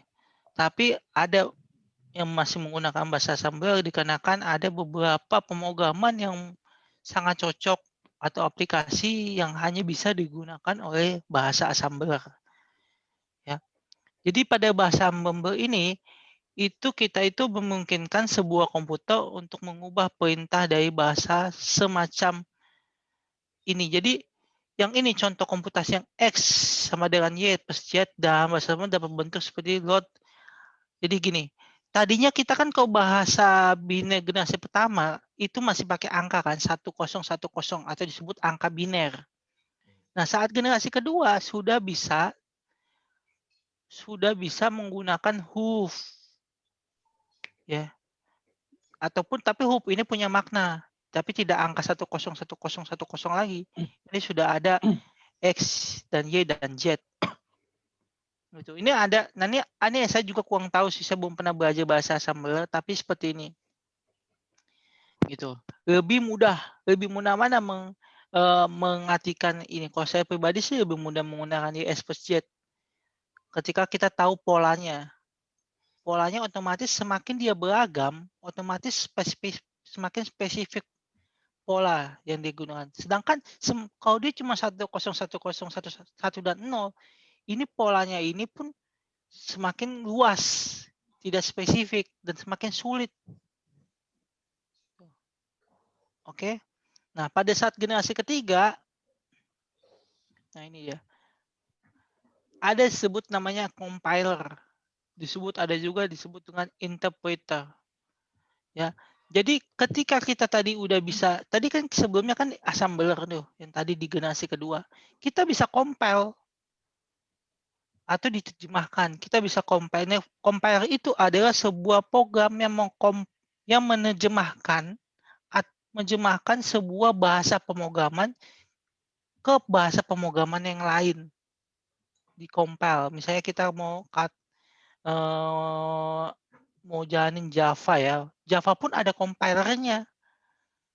Jadi di sini pada zaman generasi ketiga ini udah jelas. Jadi ketika kamu misalnya katakanlah kamu mau buat pemrograman web, butuhkan hello world ya. Kamu kan echo hello world. Itu kamu pakai bahasa yang kamu mengerti kan. Echo hello world. Nah, kamu bisa compile itu menjadi sebuah biner dengan adanya compiler. Di generasi ketiga ini itu adalah dikenal dengan compiler maupun interpreter. Makanya di sini bahasa tingkat tinggi menggunakan bahasa perintah sebagai makna penyataannya. Jadi kita bisa memerintah dengan bahasa yang sudah kita mengerti dengan berkat adanya compiler. Jadi nanti dikonversi lagi dengan si compiler ini. Gitu. Pada saat generasi ketiga sudah lebih mudah dibandingkan bahasa assembler. Bahasa assembler tidak ada compiler. Ya kamu benar-benar nulis gitu. Kalau generasi ketiga ini sudah bisa kamu tulis berdasarkan yang sudah kamu pahami. Gitu. Nanti baru di-compile. Oke. Nah, pada saat generasi keempat, di sini ada namanya dikenakannya prosedur. Jadi nanti di semester berapa entah bahasa pemrograman prosedur, ada istilah prosedur dan prosedur. Nah, nanti jadi prosedur dan prosedur itu kayak ibaratnya kayak kelompok, beberapa kelompok bahasa pemrograman gitu. Nanti baca lah ya. Jadi di sini udah mengenal nih pada saat generasi keempat ada mengenal istilah prosedur dan non prosedur. Ya. Jadi non prosedur itu lebih spesifik. Jadi katakanlah kalau kita ini bahasa prosedur nih, ya berarti yang dia itu dulu yang dipakai nanti, itu dulu yang digunakan di dalam sebuah aplikasi. Nah, lanjut. Jadi pengembangannya gitu ya, saat generasi pertama dia masih bahasa mesin karena baru awal-awal, generasi kedua dia udah bahasa assembler, dia bukan bahasa mesin lagi, bukan 1010 lagi, udah ada bahasa assembler, bahasa apa yang tadi X dia sama dengan Z bla bla bla, itu sudah huruf. Nah, di generasi ketiga dia sudah ada namanya istilah compiler, yaitu yang menerjemah sebuah bahasa pemrograman menjadi bahasa biner 1010. Dengan sekedar di generasi keempat itu berkembang dengan ada istilah pemrograman prosedural, non prosedural. Itu loh. Jadi bergenerasi itu ada perkembangannya. Jadi kok kayak mau ngapalin, mau baca, mau nanti pas UTS UAS, kalian harus menjelaskan seperti saya. Jadi kalian udah nggak usah textbooks gitu. Tapi yang saya tangkap dan saya cek itu pemahaman kalian gitu. Oke, terus di generasi kelima itu muncullah Object Oriented Programming (OOP). Ya. Jadi disinilah muncullah bahasa pemrograman yang manusiawi. Nah, seperti Visual Basic, Boran Delphi, C++, Java, dan macam. Nah, kok 6 ini sebenarnya sih ini sebenarnya opsional sih, bisa enggak, bisa iya. Saya kurang setuju sih nomor 6 ini. Maksudnya bukan termasuk dalam sejarah bahasa pemrograman, tapi termasuk bahasa pemrograman. Karena pada dasarnya bahasa web ini dan objek oriented ini hampir sama. Hanya bedanya ya kalau web itu ada lebih ke user interface, karena dia HTML, Java, XML gitu. Oke, sudah cukup membantu Bu Almah. Ya Pak, terima kasih. Ya, siapa tadi Ibu satu lagi? Siapa tadi Bu Nur ya?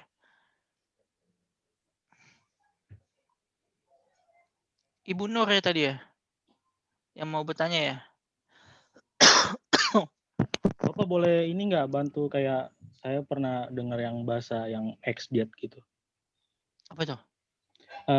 Kan dalam komputer kan ada 4 bilangan. Pertama bilangan oktal, bilangan biner, bilangan heksadesimal, dan bilangan 4 doang. Apakah mungkin yang assembler itu bilangan heksadesimal Pak? Karena ada huruf A sampai F. Iya, betul. Memang betul. Memang dikenal, ya itu dia. Ya seperti saya bilang, ya kita lihat kalau setiap generasi pasti ada perkembangannya ya. Pada saat assembler ya sudah dikenal itu bukan hanya 1010, sudah lebih kompleks. Ketika bahasa pemrograman maksudnya sudah lebih general lah gitu. Karena sekarang saya kasih contoh. Kamu lebih mudah mana?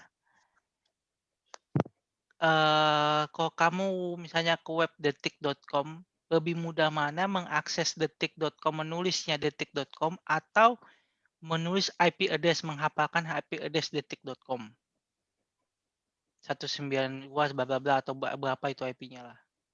Otomatis kalian pun lebih mudah menghafal nama kan dibandingkan menghafal angka. Gitu. Ini seperti inilah, lebih manusiawi lah idealnya. Oke. Lanjut. Ada yang mau bertanya tadi siapa sih? Bu Nur ya kalau tidak salah. Pak, kalau tidak saya mau bertanya nih Pak. Masih bisa Pak? Ibu Nur tadi siapa Ibu Nur? Tadi ada Ibu Nur dulu, kamu udah saya nanya Kasbok. Ayo, Ibu Nur siapa nih? Tadi ada cewek namanya Ibu Nur. Ya udah si Gasbak deh mau bertanya apa Gasbak? Ini Pak, saya pernah baca tentang tentang biner Pak. Bilangan biner itu ada dua. Satu namanya bit, terus yang satu namanya qubit. Nah, perbedaan antara kedua ini apa? Cara kerjanya gitu perbedaannya.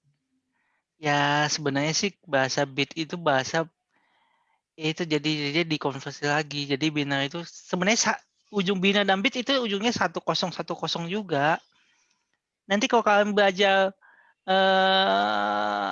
nanti di mata kuliah networking ada gak sih ya? Jadi dia itu bahas mengubah bit byte, mengubah bahasa bit ke bahasa biner bisa. Nanti kan bakal belajar di situ sih detailnya sih. Nah, kalau masa qubit itu memang betul. Tapi saya belum pernah sih kalau yang qubit saya pernah yang bit doang. Gitu. Iya Pak, makasih Pak.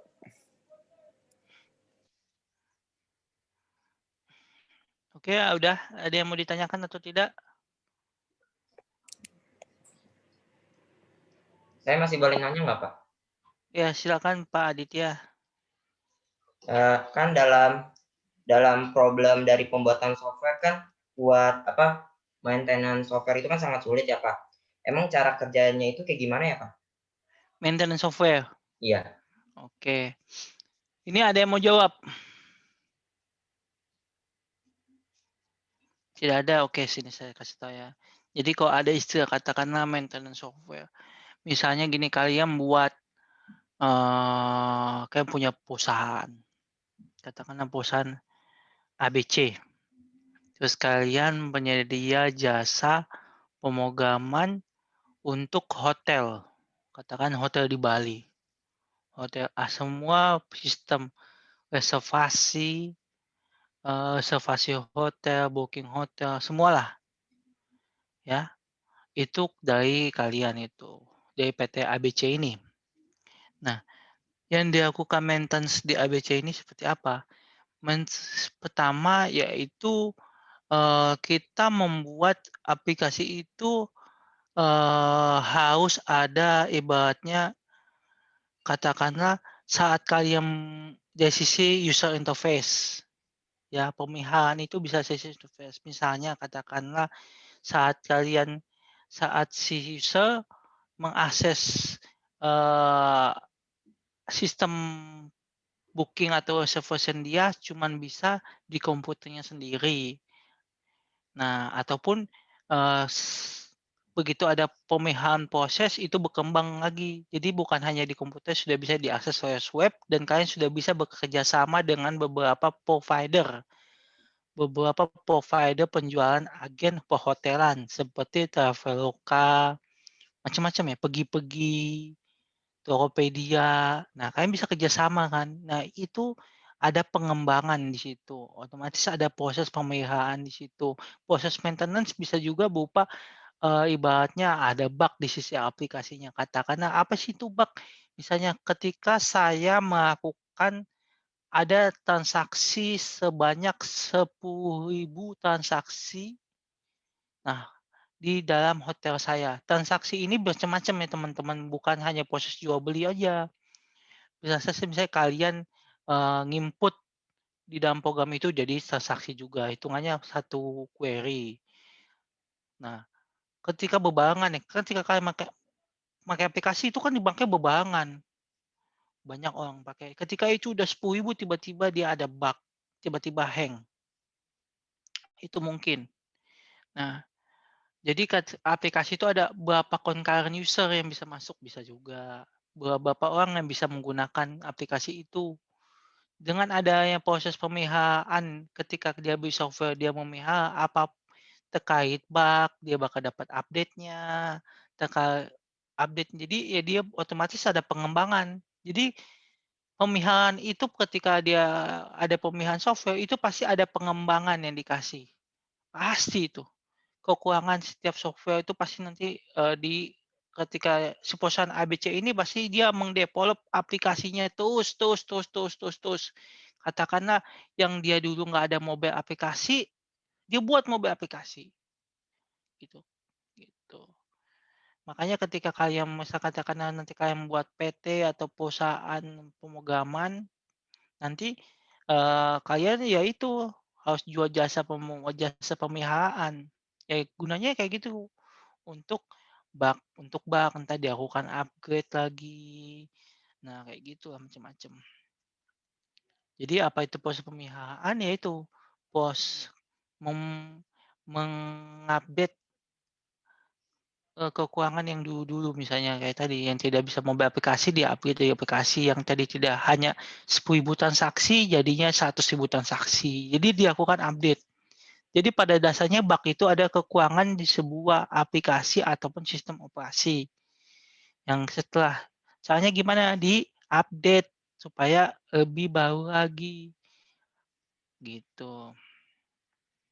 Oke, ada yang mau bertanya lagi atau tidak? Pak, tadi Hilda mau nanya, Pak. Oh, ya udah silakan. Kalau Hilda bilang, sebentar. Bedanya software aplikasi sama aplikasi software bisnis. Software aplikasi. Padahal program yang dipakai sama perbedaannya. Oh ya, jadi saya mau jawab perbedaan apa tadi? Aplikasi software aplikasi sama software aplikasi bisnis. Nah, gini, ketika kita bicarakan software aplikasi, itu software aplikasi berarti umum. Ya, ketika software aplikasi bisnis, contohnya tadi udah ada tuh di slide-nya si kalian tadi. Tadi kalian baca, tadi ada MUB ya. Jadi software aplikasi bisnis itu binci lagi. Jadi software aplikasi bisnis keuangan. Itu ada namanya. Nama MUB itu buat aplikasi bisnis keuangan. Ketika software aplikasi itu termasuk general sifatnya. Jadi software aplikasi bisnis termasuk juga software aplikasi. Tapi tidak spesifik. Gitu, masih general.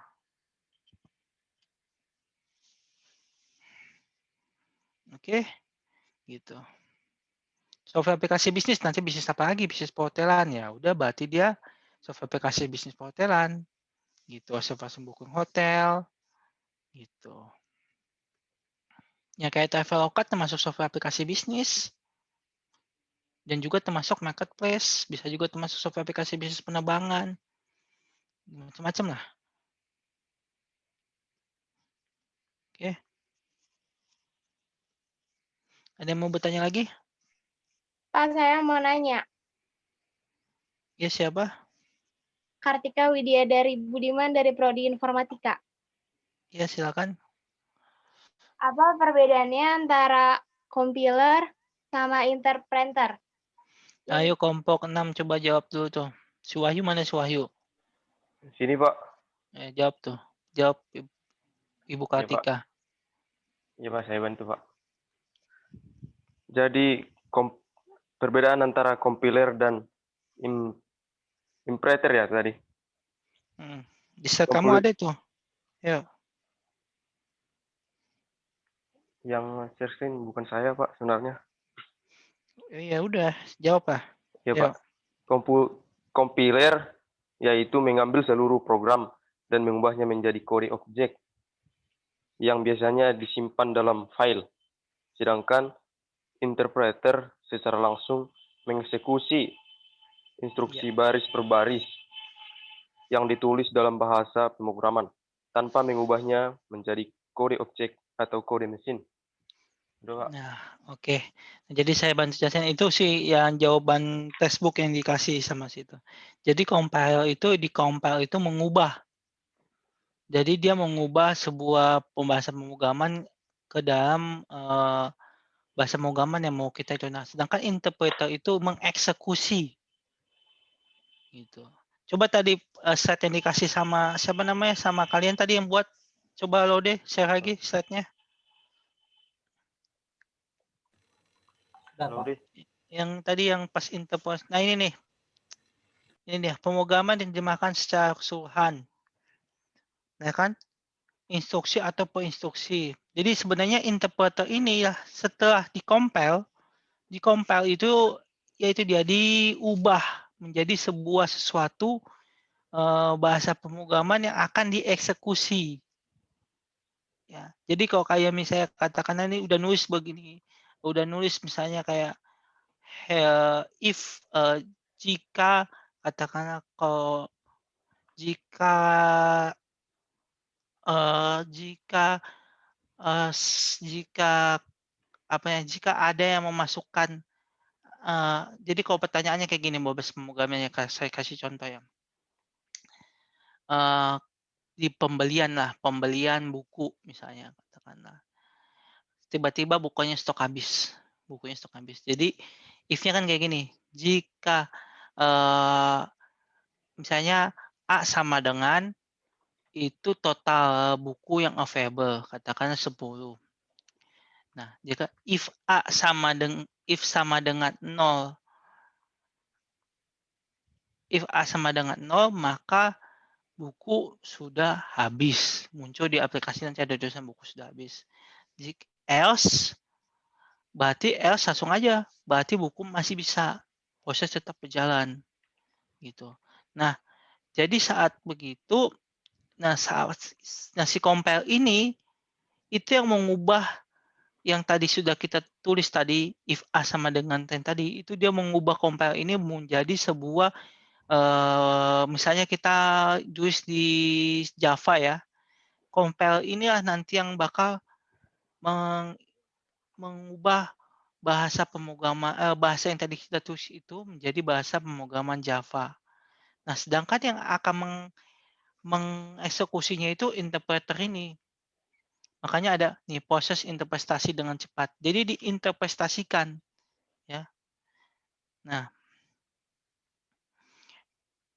ya jadi dia menjalankan lah, ibaratnya seperti itu interpreter. Sedangkan compiler cuma mengubah atau menerjemahkan, ya. Dia menerjemahkan. Tepatnya sih menerjemahkan lah kata yang paling tepat. Jadi dua hal yang berbeda antara compiler dan interpreter. Namanya juga interpretasi. Udah jelas lah itu. Oke. Ada lagi Bu Katika atau kurang jelas? Sudah Pak. Terima kasih. Ya. Ada yang mau ditanyakan lagi?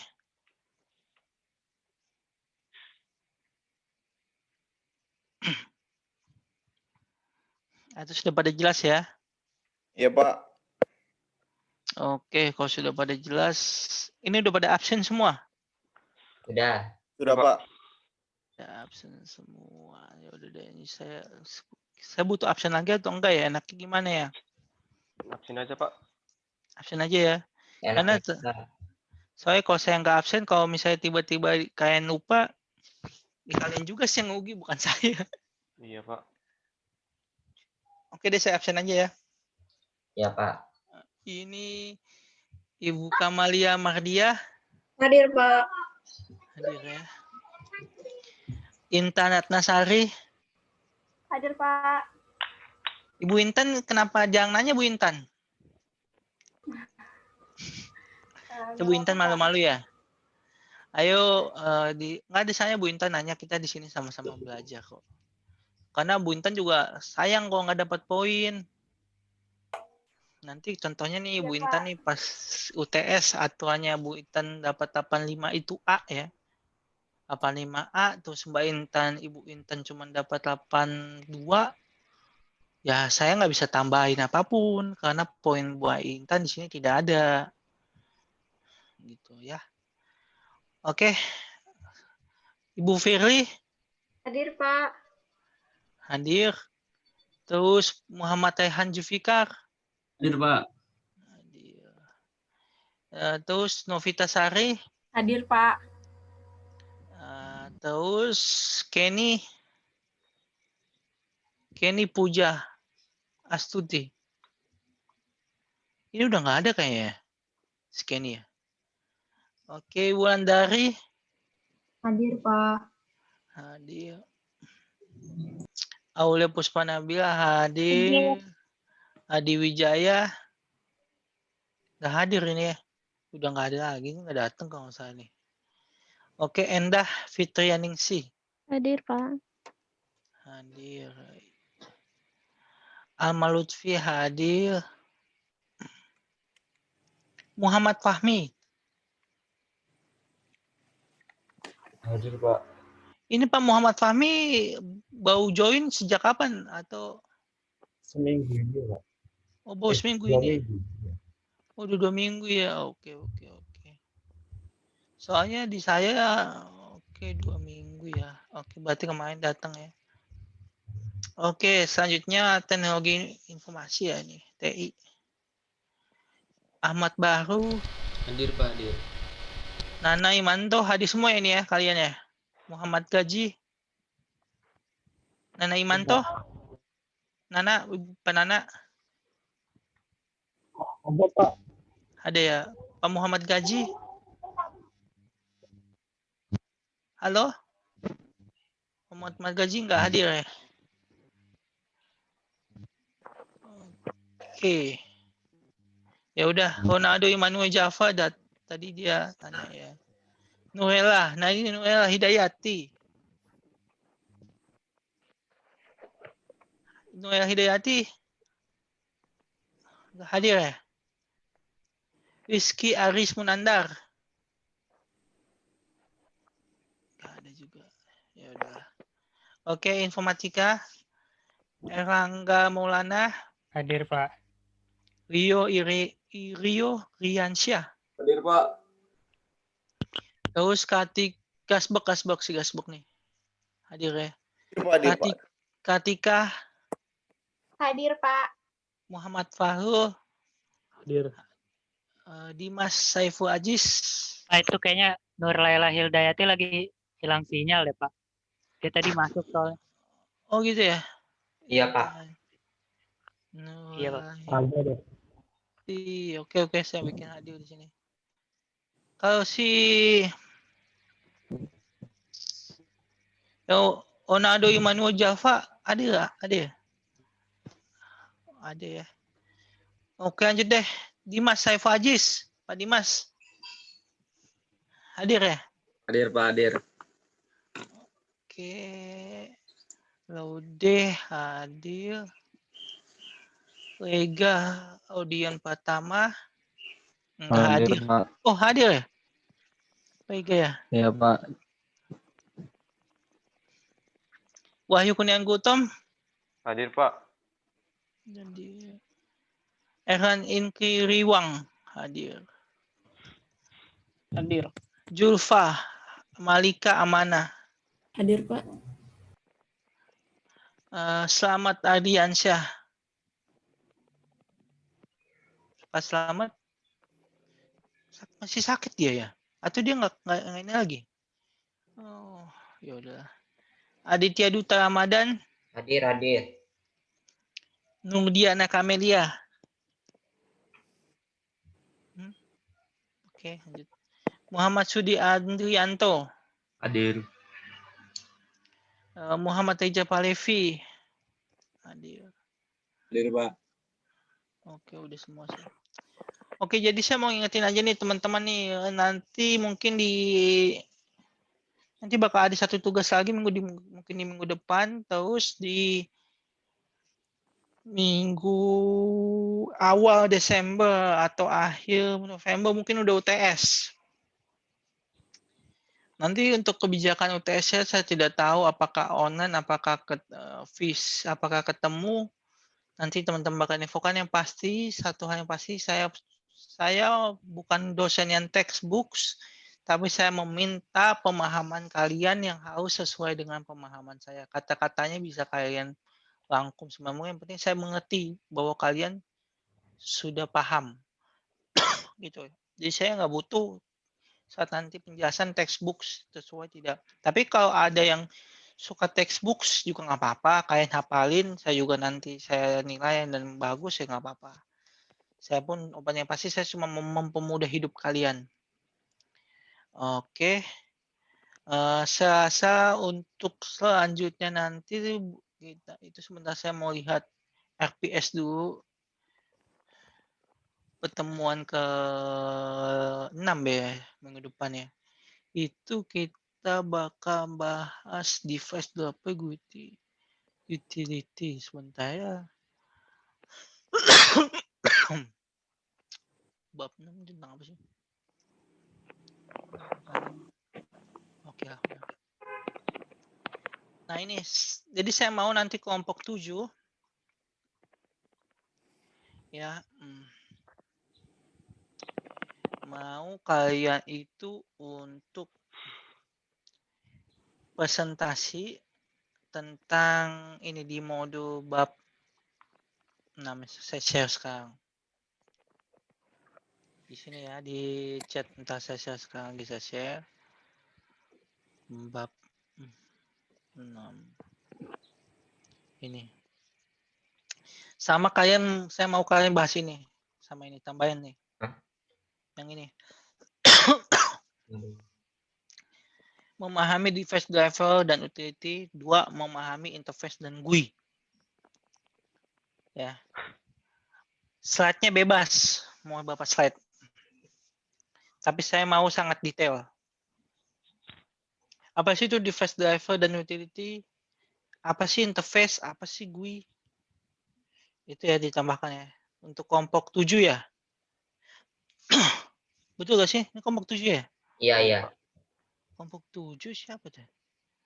Ada gak orang-orangnya di sini? Kelompok 7 ini. Ah nih kelompok 7. Kalian berempat ya? Cuman di sini Julfa, Bu Julfa, terus Aditya Duta Amada, Nudiana Kamelia, Muhammad Sudi Andiano, Muhammad Reza Palevi. Ya, jadi kalian nanti harus buat itu kalian bersatu, 2, 3, 4, 5, berlima lah. Ya, kalian buat materi itu sebagus mungkin. Setelah mau beberapa slide, saya tidak itu yang penting teman-teman dan kak saya pribadi mengerti apa yang kalian jelaskan. Itu dapat ya ini di slide, coba di chat. Ya sudah. Sudah Pak. Ya sudah pada dapat ini ya. Yes. Kalau yang belum dapat minta ke teman, jangan kaku. Oke. Oke, akhir kata saya rasa untuk perkuliahan kita sampai di sini, sampai ketemu di minggu depan. Ya, persiapkan diri kalian untuk UTS. Ya, saya sudah kasih tahu. Nanti ya sudahlah, itu nanti aja. Saya bahas minggu depan aja lah. Yang penting, oke, akhir kata, salam sejahtera, selamat siang. Ya, Waalaikumsalam warahmatullahi wabarakatuh. Waalaikumsalam. Terima kasih Pak. Warahmatullahi wabarakatuh. Terima kasih Pak. Terima kasih Pak. Yuk. Makasih Jul.